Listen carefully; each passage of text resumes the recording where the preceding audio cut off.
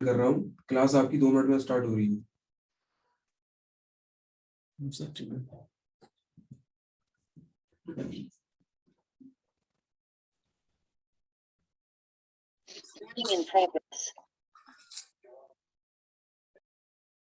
جی السلام علیکم ورحمۃ اللہ وبرکاتہ.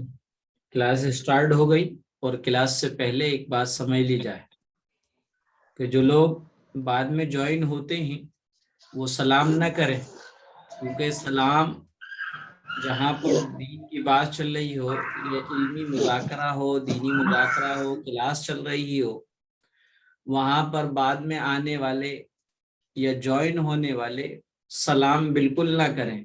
ایسے موقع پر سلام سنت نہیں بلکہ خاموشی سے آ کر جوائن ہو جائے. کیونکہ ہوتا یہ ہے کہ جب بندہ کوئی آیا اور اس نے سلام کیا تو سب لوگ ڈسٹرب ہوتے، اس لیے آپ بہت اچھی طریقے سے اس کو یاد رکھیے گا کہ آپ اگر بعد میں جوائن ہوتے ہیں تو آپ کو قطعاً سلام کرنے کی ضرورت نہیں ہے بلکہ شامل ہو جائیں گے. آج کی کلاس میں ہم دوسرا کلمہ لیں گے، کیونکہ پہلا کلمہ یعنی کلمہ طیبہ اور کلمہ توحید آپ کو یاد ہو گیا ہوگا. البتہ باوضو کلمہ طیبہ جو کہ پچھلے سبق میں اور پچھلی کلاس میں آپ کو پڑھوایا گیا تھا، یاد کرایا گیا تھا، اس کی آج فضیلت بتائی جاتی ہے کہ جو بھی بندہ یا بندی وضو بنا کر کلمہ طیبہ کو پڑھتا ہے ایک مرتبہ یا انکاؤنٹ یعنی بغیر کسی تعداد اور عدد کے بس پڑھنے کا اپنا معمول بنا لیتا ہے تو اس کو 11 فائدے ہوتے ہیں. سب سے پہلا فائدہ تو یہ ہے کہ اس کلمے کو پڑھنے والا باوضو حالت میں پڑھنے والا یا پڑھنے والی کو اللہ تبارک و تعالی اسلام اور دین پر استقامت عطا فرما دیتا ہے. جب تک وہ زندہ رہتا ہے اسلام پر استقامت اور اسلام پہ ٹھہراؤ رہتا ہے. دوسرا فائدہ یہ ہے کہ روح اس کی آسانی سے نکلتی ہے، موت کے وقت اس کی روح آسانی سے نکلتی. تیسرا فائدہ یہ ہے حشر کے دن جو میزان عدل قائم کیا جائے گا، یعنی اللہ کی طرف سے ایک ترازو ہوگی جو بندے کے نامہ اعمال کے وزن کے لیے ہوگی. اور یہ ترازو اس میں یہ سوال اٹھنا کہ اعمال تولے جائیں گے. جی ہاں، اعمال تولے جائیں گے، اور اعمال کا تلنا یہ اب اور اس کا سمجھنا ناممکن نہیں ہے. کیوں؟ کیونکہ ہمارے اس ٹیکنالوجی دور میں اب وہ چیزیں بھی تولی جاتی ہیں، ان چیزوں کو ابھی وزن کر لیا جاتا ہے جو دکھائی نہیں دیتی. چنانچہ سردی گرمی کا ٹیمپریچر ناپ لیا جاتا ہے. اسی طریقے سے ہوا کی تیزی، ہوا کا رخ، ہوا کی رفتار، اسپیڈ، سونامی لہروں کی اسپیڈ، یہ سب تول لیے جاتے ہیں. تو بہرحال حشر کے دن جو میزان عدل قائم ہوگا اور اس میں جو اعمال تولے جائیں گے، اللہ تبارک و تعالی اس کلمے کے پڑھنے کی وجہ سے نیکی کے پلڑے کو بھاری کر دے گا، اس کا بھاری ہو جائے گا. اسی طرح پل صراط پر گزرنا اس کے لیے آسان ہو جائے گا. پل صراط ایک دوزخ پر بچھایا جانے والا ایک راہ گزر ہوگا جس کو اللہ کے رسول صلی اللہ علیہ وسلم نے حدیث میں فرمایا صراط حق، پل صراط سے گزرنا برحق ہے. اس کی باریکی کا عالم یہ ہوگا کہ بال سے زیادہ باریک، اور حدت اور تیزی کا عالم یہ ہوگا کہ تلوار کی دھار سے زیادہ تیز. اس پہ سے سب لوگ گزریں گے. اعمال کے اعتبار سے جن کے جو جیسے ہوں گے، جن کی نیکیاں زیادہ ہوں گی، گناہ انہوں نے نہیں کیا ہوگا، اللہ اس کے رسول کی فرما برداری اور اطاعت شعاری کے ساتھ زندگی گزاری ہوگی، تو وہ بجلی کی طرح پلک جھپکتے ہی پل صراط سے گزر جائیں گے. جن کے نامہ اعمال میں کمیاں اور کوتاہیاں ہوں گی تو وہ کیا ہے تھوڑا گھسیٹ گھسیٹ کر، اور جو کفر و شرک کے ہوں گے وہ پل صراط سے گزر نہ سکیں گے اور وہیں پر دوزخ میں کے گڑھے میں گر جائیں گے. بہرحال تو کلمہ طیبہ کے باوضو پڑھنے کا ایک فضیلت یہ ہے کہ پلسرات پر اللہ تعالیٰ آسانی کے ساتھ گزروا دے گا۔ چوتھا فائدہ یہ کہ منکر نکیر، جو بندہ مر جاتا ہے اور مرنے کے بعد جس کی باڈی سلامت ہوتی ہے، قبر میں اس کی باڈی میں روح ڈال کر سوال جواب کرنے کے لیے جو فرشتے آتے ہیں، ان فرشتوں کو منکر نکیر کہا جاتا ہے۔ اور جن کی باڈی نشٹ ہو جاتی ہے، سلامت نہیں رہتی، مثلا وہ جل گئے، مثلا وہ ان کو کوئی درندہ کھا گیا یا ڈوب گئے اور مچھلیوں کے ان کے لقمے بن گئے، تو ان کے بدن کے ذرات جس جگہ بھی موجود ہیں، ان ذرات میں روح ڈال کر اس سے سوال جواب کیا جاتا ہے۔ تو کلمہ طیبہ کے باوجود پڑھنے سے سب منکر نکیر کے سوال کے جواب دینے میں آسانی اللہ تعالیٰ پیدا فرما دیں گے۔ اسی طریقے سے پانچواں فائدہ یہ کہ موت کی سختی اس کے لیے آسان کر دی جائے گی۔ سکرات الموت، موت کی سختی اور شدت کا عالم بہت زیادہ ہوگا، کلمہ طیبہ کے پڑھنے کی وجہ سے اس موت کی سختی کو آسان کر دیا جاتا ہے۔ اسی طریقے سے چھٹا فائدہ یہ ہے کہ قبر کی اندھیری کوٹری میں اس کلمے کے پڑھنے والے کے لیے روشنی کا انتظام کیا جاتا ہے، یعنی اس کی قبر نور سے منور ہو جاتی۔ اسی طریقے سے کلمہ طیبہ کو باوضو پڑھتے رہنے کا فائدہ یہ کہ ایمان پہ خاتمہ اللہ تعالیٰ نصیب فرما دیتا ہے۔ آٹھواں فائدہ یہ ہے کہ اللہ تبارک و تعالیٰ ان کو شراب طہور پلائے گا۔ قرآن کریم میں وَسَقَاهُمْ رَبُّهُمْ شَرَابًا طَهُورًا۔ نواں فائدہ یہ ہے کہ 70 حوریں اور کنیزیں اس کی خدمت کے لیے مقرر کر دی جائے۔ 10واں فائدہ یہ کہ شفاعت نبی صلی اللہ علیہ وسلم حاصل ہو۔ 11واں فائدہ یہ کہ دیدار الہی اللہ تعالیٰ اس کلمے کی برکت سے عطا فرمائیں گے، اور اللہ تبارک و تعالیٰ شہداء کی جماعت میں شامل فرمائیں گے۔ بہرحال یہ کلمہ طیبہ اور کلمہ توحید کے فائدے اور فضیلت تھی۔ آج کے اس سبق میں اور کلاس میں کلمہ شہادت، کلمہ شہادت، شہادت کے معنی گواہی دینا، کسی چیز کا اقرار اور اعتراف کرنا، دل سے یقین اور زبان سے اقرار کرنے کو جو ہے شہادت کہتے ہیں، گواہی دینا کہتے ہیں۔ چنانچہ دوسرا کلمہ شہادت، اور شہادت کے معنی آتے ہیں گواہی دینا۔ اس دوسرے کلمے کے بھی دو جز ہیں، ایک ہے اشہد ان لا الہ الا اللہ، اور اس کو دوسری طریقے سے بھی پڑھ سکتے ہیں اشہد ان لا الہ الا اللہ۔ دوسرا جز ہے واشہد ان محمدا عبدہ ورسولہ، واشہد ان محمدا عبدہ ورسولہ۔ بعض لوگ عبدہ ورسولہ پڑھ دیتے ہیں، یہ غلط ہے، صحیح تلفظ ہونا چاہیے، اور صحیح تلفظ ہے واشہد ان محمدا عبدہ ورسولہ۔ اس کا ترجمہ ہے، جو خواتین ہیں وہ ترجمہ کرتے وقت یہ کہیں گی میں گواہی دیتی ہوں، اور اگر مرد ہیں تو وہ ترجمہ کرتے وقت وہ یہ کہیں گے میں گواہی دیتا ہوں۔ میں گواہی دیتی ہوں کہ اللہ کے سوا کوئی معبود نہیں، اور میں گواہی دیتی ہوں کہ حضرت محمد مصطفیٰ صلی اللہ علیہ وسلم اللہ کے بندے اور اس کے رسول ہیں۔ یہ دوسرا کلمہ ہے۔ اس دوسرے کلمے کو کلمہ شہادت اس لیے کہتے ہیں کیونکہ اس کلمے میں دو گواہیاں دی گئی، ایک تو اللہ کے معبود ہونے کی گواہی دی گئی، دوسرا پیارے آقا حضرت محمد مصطفیٰ صلی اللہ علیہ وسلم کے رسول ہونے کی گواہی دی گئی۔ تو یہ دوسرا کلمہ آپ کو یاد کر کے لے کر آنا ہے۔ اس دوسرے کلمے کے معنی بھی بتا دیے، اس دوسرے کلمے کا نام بھی بتا دیا، نام کیوں شہادت رکھا گیا اس کی وجہ بھی بتا دی۔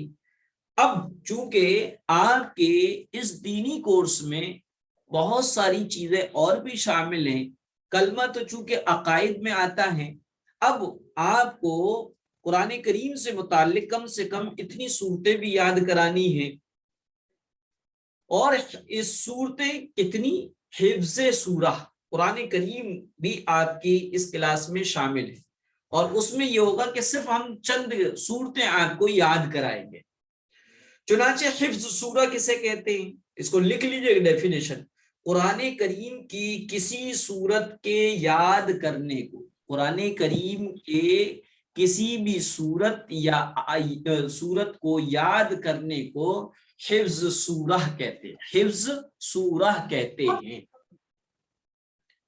قرآن کریم کی فضیلت حدیث سے یہ، حضور صلی اللہ علیہ وسلم نے فرمایا جس شخص نے قرآن پڑھا پھر اس کو زبانی یاد کیا اور اس کے حلال کو حلال اور حرام کو حرام جانا تو حق تعالی شانہ اس کو جنت میں داخل فرمائیں گے، اور اس کے گھرانے میں سے ایسے 10 آدمیوں کے بارے میں اس کی شفاعت قبول فرمائیں گے جن کے لیے جہنم واجب ہو گئی ہوگی۔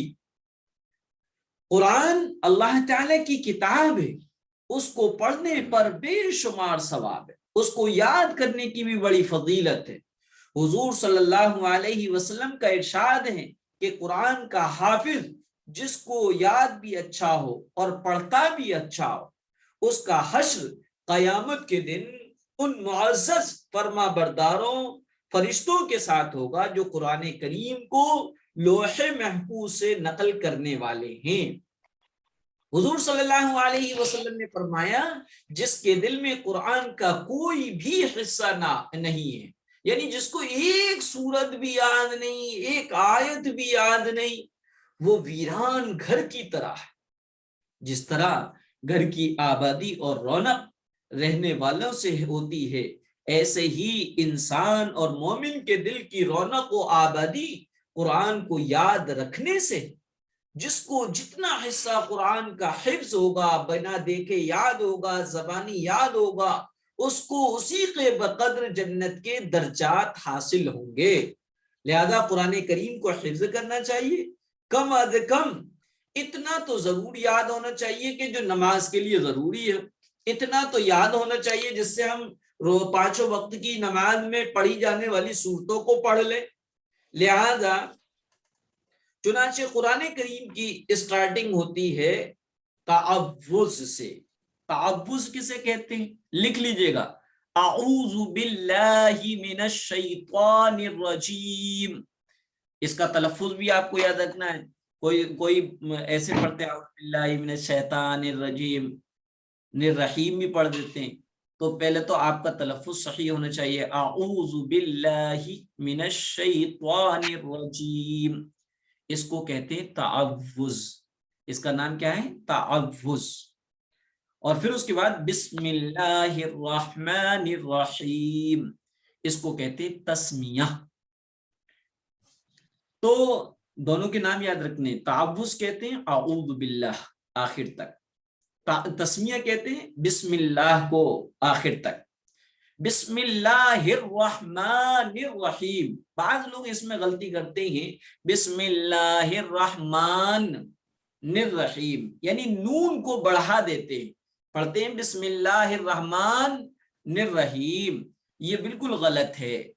اصل ہے بسم اللہ الرحمن، ماں پہ آواز روک لیں، بسم اللہ الرحمن الرحیم، اس لیے اس میں غلطی نہیں ہونا چاہیے، بسم اللہ الرحمن الرحیم، اس کا نام ہے تسمیہ۔ تو یہ تو آج کا قرآن کے اعتبار سے آپ کا سبق تھا کہ تعوذ یاد کرنا ہے، تسمیہ یاد کرنا ہے، اسی طریقے سے قرآن کریم کو یاد رکھنے کی جو فضیلتیں آپ کو بتائی ہیں اس کو بھی یاد رکھنا ہے۔ اب آئیے دعا اور سنت۔ اللہ تعالیٰ سے مانگنے کو دعا کہتے ہیں۔ دعا کسے کہتے ہیں، اللہ تعالیٰ سے مانگا جائے اس کو کیا کہتے ہیں، دعا کہتے ہیں۔ اور نبی پاک صلی اللہ علیہ وسلم کے طریقے کو سنت کہتے ہیں۔ حدیث ہے، رسول اللہ صلی اللہ علیہ وسلم نے ارشاد فرمایا جس نے میری سنت زندہ کی یعنی عمل کیا، اس نے مجھ سے محبت کی اور جس نے مجھ سے محبت کی وہ جنت میں میرے ساتھ ہوگا۔ اللہ تعالیٰ کے یہاں وہی عمل قابل قبول ہے جو حضور صلی اللہ علیہ وسلم کے طریقوں کے مطابق ہو، لہذا حضور صلی اللہ علیہ وسلم کے طریقوں کو جاننا اور آپ صلی اللہ علیہ وسلم کی بتلائی ہوئی دعاؤں، سنتوں اور آداب کو سیکھنا اور ان پر عمل کرنا امت کے ہر فرد کے لیے ضروری ہے۔ ان دعاؤں اور سنتوں پر عمل کرنے سے آخرت کا ثواب اور کامیابی ملنا تو یقینی ہے ہی، ساتھ ہی دنیا میں بھی عزت ملتی ہے اور مصیبتوں اور آفتوں سے حفاظت ہوتی ہے، سکھ اور چین نصیب ہوتا ہے۔ چنانچہ دعا اور سنت میں سے سب سے پہلے کھانے سے پہلے کی دعا، کھانے سے پہلے کی دعا یہ ہے بسم اللہ وعلا برکت اللہ، بسم اللہ وعلا برکت اللہ، اور کوئی یہ پورا نہ پڑھے صرف بسم اللہ پڑھ لے تب بھی اس نے سنت اور دعا کے حکم کو پورا کر لیا، کیونکہ حضرت سلمان فارسی رضی اللہ تعالی عنہ سے روایت ہے کہ نبی کریم صلی اللہ علیہ وسلم نے فرمایا جسے یہ پسند ہو کہ شیطان اس کے ساتھ کھانے میں، سونے میں اور رات گزارنے میں شریک نہ ہو، اسے چاہیے کہ جب گھر میں داخل ہو تو سلام کرے اور کھانے کے وقت کہے بسم اللہ، میں اللہ کے نام سے شروع کرتا ہوں یا شروع کرتی ہوں۔ تو یہ دعا ہے، بسم اللہ صرف اتنا پڑھ لو، بسم اللہ یہ بھی پڑھ لو، بسم اللہ وعلا برکت اللہ، یہ دعا پاکی ناپاکی سب دونوں حالتوں میں پڑھی جا سکتی ہے۔ جب بھی ہم دعا کھانا کھانے بیٹھیں تو اس دعا کو پڑھیں۔ اس دعا کے پڑھنے کا ایک تو نبی کے طریقے پر ہمارا کھانا ہو جائے گا، دوسرا اللہ سے دعا بھی ہو گئی برکت کی، بسم اللہ وعلا برکت اللہ، اللہ کے نام سے شروع کرتی ہوں، اللہ ہی کی برکتوں پر بھروسہ کرتی ہوں تو اللہ سے دعا بھی ہو گئی، اور تیسرا سب سے بڑا فائدہ یہ ہوگا کہ شیطان ہمارے کھانے میں شریک نہیں ہوگا۔ اگر ہم یہ چاہتے ہیں کہ شیطان ہمارے ساتھ نہ سوئے، ہمارے ساتھ کھانا نہ کھائے، شیطان ہمارے ساتھ ہمارے گھر میں نہ رہے، تو ہمیں کیا کرنا ہے کہ گھر میں داخل ہوتے ہوئے سلام کرے۔ سلام تو پیارے آقا کی سنت بھی ہے۔ پیارے آقا جب کبھی گھر میں جاتے تو سلام کو اتنی درمیانہ آواز میں سلام کرتے تھے کہ اما عائشہ رضی اللہ تعالیٰ عنہ فرماتی ہیں جو جگ رہے ہوتے تھے وہ آپ کے سلام کو سن کر آپ کا جواب دے دیا کرتے تھے، اور جو سو رہے ہوتے تھے ان کے نیند میں کوئی خلل نہیں آتا تھا۔ تو سلام کرنے سے شیطان گھر سے چلا جاتا ہے، اور بسم اللہ پڑھ کر کھانے سے شیطان ہمارے ساتھ ہمارے کھانے میں ساتھ نہیں بیٹھتا ہے، جس کی وجہ سے ہمارے کھانے میں اللہ کی طرف سے برکتیں آتی ہیں۔ تو یہ دعا ہو گئی۔ اب اسی طریقے سے آپ کے لیے مسائل کیسے کہتی؟ دین کی وہ باتیں جن میں عمل کا طریقہ یا اس کا صحیح اور غلط ہونا بتایا جائے ان کو مسائل کہتے ہیں۔ مسائل کی ڈیفینیشن کیا ہے؟ دین کی وہ باتیں جن میں عمل کا طریقہ یا اس کا صحیح اور غلط ہونا بتایا جائے ان کو مسائل کہتے ہیں۔ سمجھ میں آ گیا؟ تو نماز ایک خاص انداز میں اللہ کے سامنے اپنی بندگی کا اظہار کرنے کو نماز کہتے ہیں۔ نماز کی تعریف کیا ہوئی؟ ایک خاص انداز میں، خاص طریقے میں سے اللہ کے سامنے اپنی بندگی کا اظہار کرنے کو نماز کہتے ہیں۔ تو مسائل کے سیکھنے کی ترغیب اللہ کے رسول صلی اللہ علیہ وسلم نے دی۔ حضرت ابو ذر غفاری رضی اللہ تعالی عنہ کہتے ہیں کہ رسول اللہ صلی اللہ علیہ وسلم نے مجھ سے فرمایا، اے ابو ذر، اگر علم کا ایک مضمون سیکھ لو، چاہے اس وقت اس پر عمل ہو یا نہ ہو، جیسے پانی کے ہوتے ہوئے تیمم کے مسائل سیکھ لینا، تو 1000 رکعت نفل نماز پڑھنے سے بہتر ہے۔ آپ نے تیمم کا طریقہ سیکھ لیا، حالانکہ تیمم کی کوئی ضرورت نہیں ہے کیونکہ پانی موجود ہے اور آپ صحت مند ہیں، بیماری نہیں ہے، تو ایسی صورت میں صرف تیمم کے مسائل سیکھ لینا یہ 1000 رکعت نفل نماز پڑھنے سے افضل ہے۔ یعنی مسئلے کو سیکھ لینا اور جان لینا 1000 رکعت نفل نماز پڑھنے سے افضل ہے۔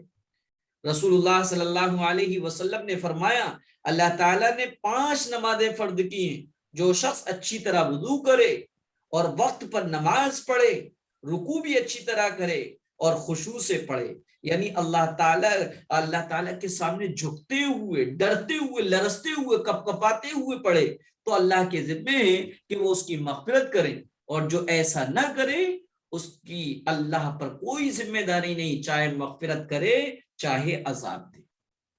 تو علم اللہ کی بڑی نعمت ہے، اسی کے ذریعے انسان کو زندگی گزارنے کا صحیح راستہ معلوم ہوتا ہے، اور زندگی کے ہر شعبے میں، ہر ڈپارٹمنٹ میں صحیح اور غلط کی تمیز ہوتی ہے۔ اسی علم کے ذریعے سے حلال و حرام کی پہچان ہوتی ہے، اس لیے ہر مسلمان پر اس کا سیکھنا ضروری ہے۔ دین کی سب سے اہم عبادت کیا ہے؟ نماز ہے۔ نماز کا درجہ دین میں ایسا ہے جیسے کہ سر کا درجہ بدن میں ہوتا ہے۔ نماز میں اللہ تعالیٰ نے دنیا آخرت کی کامیابی کے وعدے رکھے۔ نماز پڑھنے پر اللہ اچھی زندگی اور روزی میں برکت عطا فرماتے ہیں۔ نماز ہمارے نبی کی آنکھوں کی ٹھنڈک ہے، نماز جنت کی کنجی ہے، اور قیامت کے دن سب سے پہلے نماز ہی کا حساب ہوگا۔ جس کی نماز صحیح نکلے گی اس کے باقی اعمال بھی صحیح نکلیں گے، اور جس کی نماز صحیح نہیں ہوگی اس کے باقی اعمال بھی صحیح نہیں ہوں گے۔ لہذا نماز صحیح طریقے پر سیکھنا، جاننا، صحیح طریقے پر پڑھنا اور اس کا اہتمام کرنا ہر مسلمان پر ضروری ہے۔ لہذا یہ تو مسائل کے تعلق سے ہو گیا۔ اب آ جائیں سیرت پر۔ سیرت کسے کہتے ہیں؟ سیرت ہمارے پیارے آقا حضرت محمد مصطفیٰ صلی اللہ علیہ وسلم کی زندگی کے حالات کو سیرت کہتے ہیں۔ تو سیرت کی ڈیفینیشن کیا ہوئی؟ ہمارے پیارے آقا حضرت محمد مصطفیٰ صلی اللہ علیہ وسلم کی زندگی کے جو حالات ہیں ان کو کیا کہتے ہیں؟ سیرت کہتے ہیں۔ کیا کہتے ہیں؟ سیرت۔ قرآن میں اللہ تعالیٰ فرماتا ہے لَقَدْ كَانَ لَكُمْ فِي رَسُولِ اللَّهِ أُسْوَةٌ حَسَنَةٌ۔ ترجمہ ہے حقیقت یہ ہے کہ تمہارے لیے رسول اللہ صلی اللہ علیہ وسلم کی ذات میں ایک بہترین نمونہ ہے۔ تو ہمارے لیے نمونہ کون ہے؟ اللہ کے رسول کی ذات ہے۔ حدیث ہے رسول اللہ صلی اللہ علیہ وسلم نے فرمایا تم میں سے کوئی شخص اس وقت تک کامل مومن نہیں ہو سکتا جب تک کہ میں اس کے نزدیک، اس کے والدین، اس کے پیرنٹ، بچوں اور تمام لوگوں سے زیادہ محبوب نہ ہو جاؤ۔ اللہ تعالیٰ نے نبی کریم صلی اللہ علیہ وسلم کو قیامت تک آنے والے انسانوں کی ہدایت کے لیے بھیجا ہے۔ ہمارے نبی کی سیرت ہمارے لیے مکمل رہنما ہے، آئیڈیل ہے۔ اس سے ہمیں معلوم ہوگا کہ ہمارا دین کن کن مشکلات سے، کن کن مراحل سے، کن کن راستوں سے گزرا، ہمارے نبی نے اس کی حفاظت اور اس کی بقا اور لوگوں تک پہنچانے کے لیے کتنی تکلیفیں برداشت کی، اور اللہ تعالیٰ نے کس طرح مدد فرمائی۔ یہ جو ہے سیرت کا اس سیرت میں، تو سیرت کے سبق میں ہمیں پیارے آقا کی زندگی سننے کو ملے گی۔ آپ کو سیرت کے تعلق سے سبق میں، سیرت کے کلاس کے سبجیکٹ میں آپ تو سیرت کی ایک ڈیفینیشن یاد رکھنی ہے کہ سیرت کیا ہے۔ میں نے بتایا تھا پیارے آقا حضرت محمد مصطفیٰ صلی اللہ علیہ وسلم کی زندگی کے حالات کو سیرت کہتے ہیں۔ سیرت ہمارے لیے کیا ہے؟ اس کے لیے قرآن کی آیت لَقَدْ كَانَ لَكُمْ فِي رَسُولِ اللَّهِ أُسْوَةٌ حَسَنَةٌ، یہ سورہ احزاب کی آیت نمبر 21 ہے۔ اس کا ترجمہ، پھر رسول اللہ صلی اللہ علیہ وسلم کی حدیث کہ آپ نے فرمایا تم میں سے کوئی شخص اس وقت تک کامل مومن نہیں ہو سکتا جب تک کہ میں اس کے نزدیک اس کے والدین، اس کے بچے اور رشتہ دار تمام لوگوں سے زیادہ محبوب نہ ہو جاؤ۔ اور اس لیے کہ پیارے نبی صلی اللہ علیہ وسلم کو اللہ تعالیٰ نے قیامت تک آنے والے انسانوں کے لیے ہدایت کے لیے بھیجا ہے۔ ہمارے لیے ہمارے نبی کی سیرت مکمل رہنما ہے، آئیڈیل ہے۔ اس سے کیا معلوم ہوگا، سیرت پڑھنے سے کیا معلوم ہوگا، سیرت کا فائدہ کیا ہے کہ ہمیں یہ پتہ چلے گا کہ دین کن کن دشواریوں سے، کن کن مراحل سے، کن کن راستوں سے گزرا ہے۔ ہمارے نبی نے اس کی حفاظت کے لیے اور اس کی بقا کے لیے اور لوگوں تک پہنچانے کے لیے کتنی تکلیفیں برداشت کی ہیں، اور اللہ تعالیٰ نے کس طرح آپ کی مدد فرمائی ہے، یہ سب کچھ ہمیں سیرت میں معلوم ہوگا۔ تو سیرت کو کی تعلق سے ہمیں یہ باتیں یاد رکھنی ہیں۔ اور مسائل سے متعلق میں نے بتایا تھا، مسائل کے ٹاپک میں آپ کو بتایا کہ مسائل دین کی وہ باتیں جن میں عمل کا طریقہ یا اس کا صحیح اور غلط ہونا بتایا جائے ان کو کیا کہتے ہیں، مسائل کہتے ہیں۔ پھر نماز کے بارے میں بتایا کہ نماز کی ڈیفینیشن کیا ہے، نماز ایک خاص انداز میں اللہ کے سامنے اپنی بندگی کا اظہار کرنے کو نماز کہتے ہیں۔ پھر نماز کی فضیلت آپ کو حدیثوں کے سلسلے میں بتائی کہ ابو ذر رضی اللہ تعالیٰ عنہ نے سے روایت ہے، وہ رسول اللہ صلی اللہ علیہ وسلم نے فرمایا اے ابو ذر اگر علم کا ایک مضمون سیکھ لو، خواہ اس وقت اس پر عمل ہو یا نہ ہو، میں نے مثال بتائی جیسے پانی کے ہوتے ہوئے بھی تیمم کے مسائل سیکھ لیے، تو 1000 رکعت نفل نماز پڑھنے سے افضل ہے۔ یہ مثلا خواتین ہیں، جمعے کی نماز ان پر فرض نہیں ہے بلکہ جمعے کے دن صرف ظہری پڑھنا ہے، لیکن وہ جمعے کے مسائل سیکھ لیں تو مسائل کے صرف سیکھ لینے پر ان کو 1000 رکعت نفل نماز پڑھنے سے افضل اور ثواب زیادہ ملے گا۔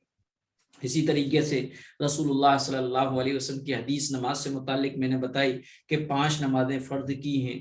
جو شخص اچھی طرح وضو کرے اور وقت پر نماز پڑھے، رکوع بھی اچھی طرح کرے، خضوع سے پڑھے، تو اللہ تعالیٰ کے ذمہ ہے کہ وہ اس کی مغفرت کریں، اور جو ایسا نہ کرے اس کو اللہ کی کوئی ذمہ داری نہیں ہے، چاہے وہ اللہ تعالیٰ اس کی مغفرت کرے، چاہے اس کو عذاب دے۔ پھر میں نے بتایا تھا علم کی اہمیت، علم اللہ کی بڑی نعمت ہے، اس کے ذریعے سے انسان کو زندگی گزارنے کا صحیح راستہ معلوم ہوتا ہے، زندگی کے ہر شعبے میں صحیح اور غلط کی تمیز ہوتی ہے۔ اسی علم کے ذریعے سے ہم حلال اور حرام کو پہچانتے ہیں، اس لیے ہر مسلمان پر علم کا سیکھنا ضروری ہے۔ تو اسی طریقے سے میں نے بتایا کہ دین کی سب سے اہم عبادت نماز ہے۔ نماز کا درجہ دین میں ایسا ہے جیسے کہ ہماری باڈی میں سر کا درجہ ہے۔ اللہ تعالیٰ نے دنیا آخرت کی کامیابی کے وعدے کیے ہیں۔ نماز پڑھنے پر اللہ تعالیٰ اچھی زندگی اور روزی میں برکت عطا فرماتے ہیں۔ نماز ہمارے نبی کی آنکھوں کی ٹھنڈک ہے، نماز جنت کی کنجی ہے۔ قیامت کے دن سب سے پہلے نمازی کا حساب ہوگا، جس کی نماز صحیح نکلے گی اس کے باقی اعمال بھی صحیح نکلیں گے، اور جس کی نماز صحیح نہیں ہوگی اس کے باقی عمل بھی صحیح نہیں ہوں گے۔ لہذا نماز صحیح طریقے پر سیکھنا، جاننا، صحیح طریقے پر پڑھنا اور اس کا اہتمام کرنا ہر مسلمان پر فرض ہے۔ دوسرا کلمہ میں نے بتا دیا، دوسرے کلمے کے معنی بتا دیے، اس کو شہادت کیوں کہتے ہیں یہ بھی آپ کے سامنے آ گیا۔ اسی طریقے سے دعا و سنت کے بارے میں بتایا تھا کہ اللہ تعالیٰ سے مانگنے کو دعا کہتے ہیں، اور نبی کے طریقے کو سنت کہتے ہیں۔ لہذا اس سلسلے میں نے آپ کو بتایا کہ پیارے آقا نے فرمایا جس نے میری سنت کو زندہ کیا، یعنی اس پر عمل کیا، اس نے مجھ سے محبت کی، اور جس نے مجھ سے محبت کی وہ جنت میں میرے ساتھ ہوگا۔ اللہ تعالیٰ کے ہاں وہی عمل مقبول ہے جو پیارے آقا کے طریقوں کے مطابق ہو۔ لہذا حضور کے طریقوں کو جاننا اور آپ کی بتلائی دعاؤں، سنتوں اور آداب کو سیکھنا اور ان پر عمل کرنا امت کے ہر فرد کے لیے ضروری ہے۔ ان دعاؤں اور سنتوں پر عمل کرنے سے آخرت کا ثواب اور کامیابی ملنا تو یقینی بات ہے، لیکن ساتھ ہی نقد انعام دنیا میں بھی عزت ملتی ہے، اور مصیبتوں اور آفتوں سے حفاظت ہوتی ہے، سکھ اور چین نصیب ہوتا ہے۔ چنانچہ دعا و سنت میں سے میں نے بتایا تھا کہ کھانا کھاتے وقت بسم اللہ الرحمن الرحیم بسم اللہ پڑھے یا بسم اللہ وعلی برکت اللہ پڑھے۔ اس کا فائدہ کیا ہوگا؟ اللہ تعالیٰ کے نام سے یہ شروع ہو جائے گا، سنت ادا ہو گئی، کیونکہ پیارے آقا اس طریقے سے کھانا تناول فرماتے تھے۔ دوسرا یہ ہے کہ اللہ سے برکت کی دعا بھی ہو گئی۔ تیسرا یہ میں نے بتایا تھا کہ نبی پاک صلی اللہ علیہ وسلم کی حدیث ہے، حضرت سلمان فارسی اس کو روایت کرتے ہیں، جسے یہ بات پسند ہو کہ شیطان اس کے ساتھ کھانے میں، سونے میں اور رات گزارنے میں شریک نہ ہو، اسے چاہیے کہ جب گھر میں داخل ہو تو سلام کرے اور کھانا کھاتے وقت بسم اللہ کہے، اس کے معنی میں اللہ کا نام لے کر شروع کرتی ہوں۔ اسی طریقے سے ہم نے آپ کو یہ بتایا حفظ سورہ کے بارے میں، قرآن کریم کی کسی صورت کے یاد کرنے کو حفظ سورہ کہتے ہیں، قرآن کے فضائل بھی بتائے، پھر بتایا تعوذ کسے کہتے ہیں، تسمیہ کسے کہتے ہیں۔ آپ کی کلاس اب جس کو بھی جو سوال کرنا ہے، مسائل پوچھنے ہیں، وہ پوچھ لیں بلا تکلف۔ جی السلام علیکم صاحب۔ وعلیکم السلام۔ میں گڑیا خان بول رہی ہوں پونے جی مہاراشٹر سے۔ جی جی بولیے۔ میرا آپ سے ایک سوال ہے، جی اگر کوئی چھوٹا بچہ اگر پیشاب کر دیتا ہے تو کیا جی نہانا ضروری ہے؟ ایسے کپڑے چینج کرنے سے ہی پاک ہو جاتے ہیں؟ جی صرف کپڑے چینج کرنے سے اور بدن کے جس حصے پر پیشاب لگ گیا ہے اس حصے کو دھونے سے ہی پاک ہو جائیں گے، اور نہانے کی قطعاً ضرورت نہیں ہے۔ بلکہ گڑیا خان یہ سمجھ لیں سبھی کلاس میٹ کہ غسل 3 ہی کنڈیشن میں ہے۔ ایک تو کنڈیشن یہ ہے کہ میرڈ ہیں تو شوہر سے خاص ملاقات اور صحبت کے بعد غسل فرض ہوتا ہے۔ دوسرا مہینے میں جو خاص دن جو پیریڈز کے ہوتے ہیں اس کے ختم پر غسل واجب ہوتا ہے، فرض ہوتا ہے، جسے حیض کہتے ہیں۔ تیسرا بچے کی پیدائش کے بعد آنے والی مخصوص دنوں میں جو آتا ہے جسے نفاس کہتے ہیں، اس کے بعد غسل کرنا فرض ہوتا ہے۔ یہ 3 چیزیں ایسی ہیں جس میں غسل فرض ہو جاتا ہے، غسل کرنا پڑتا ہے۔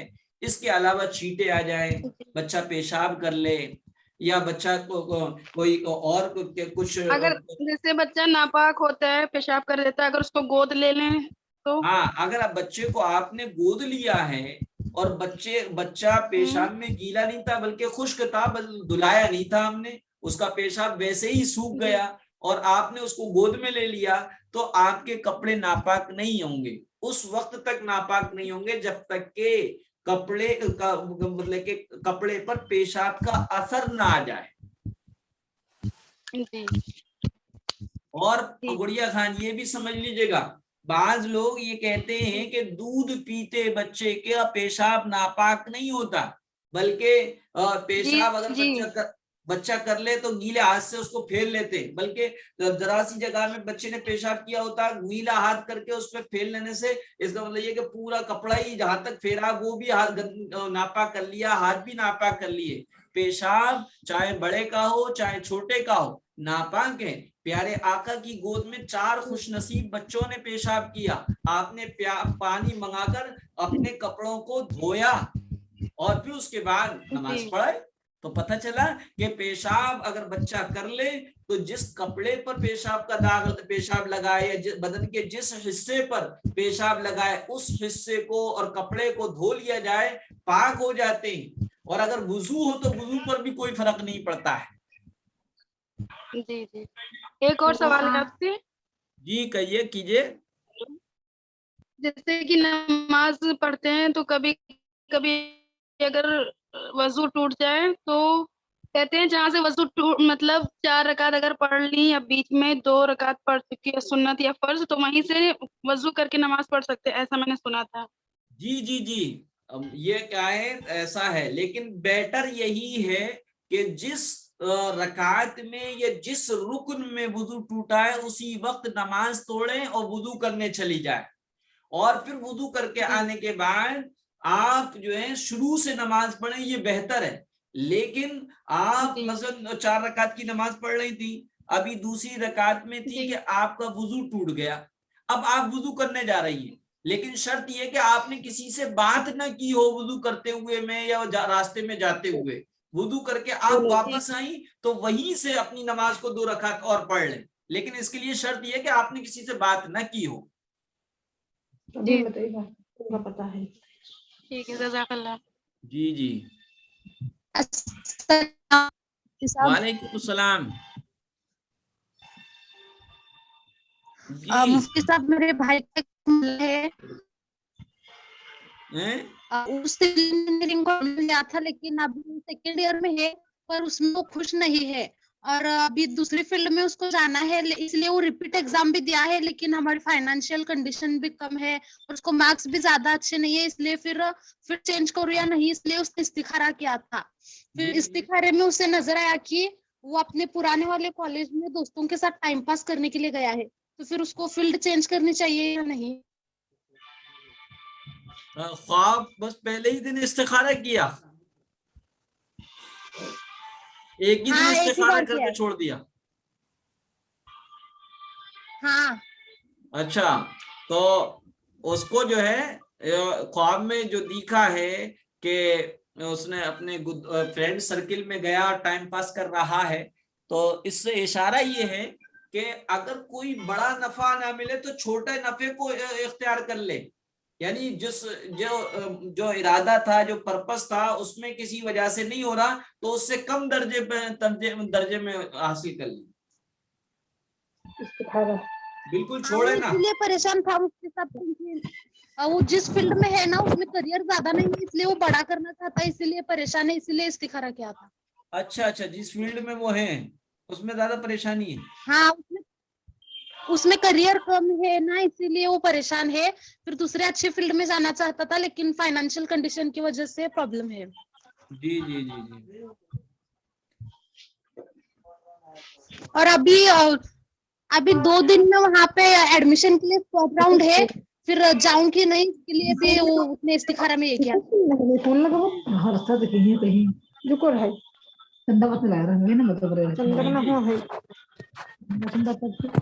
استخارے میں یہی اشارہ ہے کہ کر لیں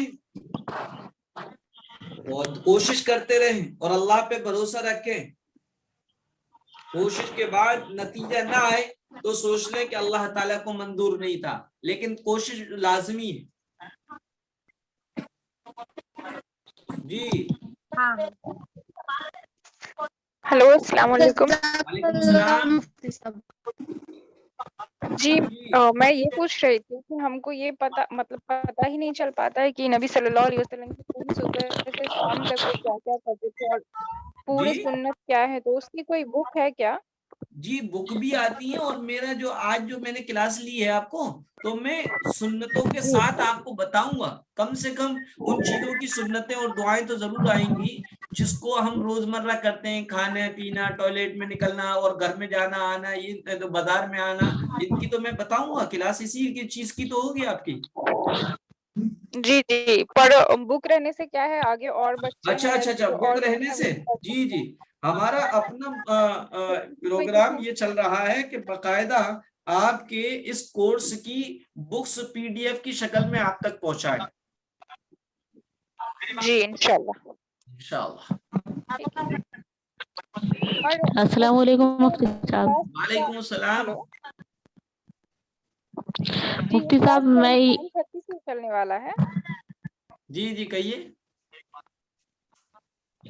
مفتی صاحب جیسے کہ ابھی آپ نے بتایا تھا، ہم نے 4 رکعت نماز کی نیت کی، جی جی اگر بیچ میں سے وضو ٹوٹ گیا، 2 رکعت ہم نے کمپلیٹ کی ہیں، جسٹ ہم نے جا کر وضو کیا، کسی سے بات نہیں کی، تو ریٹرن آ کر مطلب جو 2 رکعت پڑی تھی ویسے ہی ہم دوبارہ سے کھڑے ہو کر مطلب 2 رکعت بچی ہوئی پڑھ سکتے ہیں، جی جی جی، یا نیت ہمیں دوبارہ ریپیٹ کرنا ہوگی؟ نہیں نہیں، نیت ریپیٹ نہیں کرنی، بس آ کے اسی رکن کو ادا کرنا ہے جس رکن میں آپ کا وضو ٹوٹا ہے۔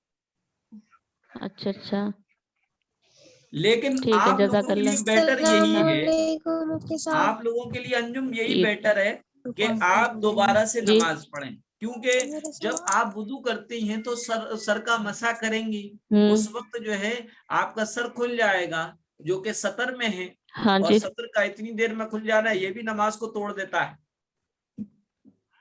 اچھا ہاں مطلب وضو کرنے کے بعد ہمارا سر نہیں کھلنا چاہیے؟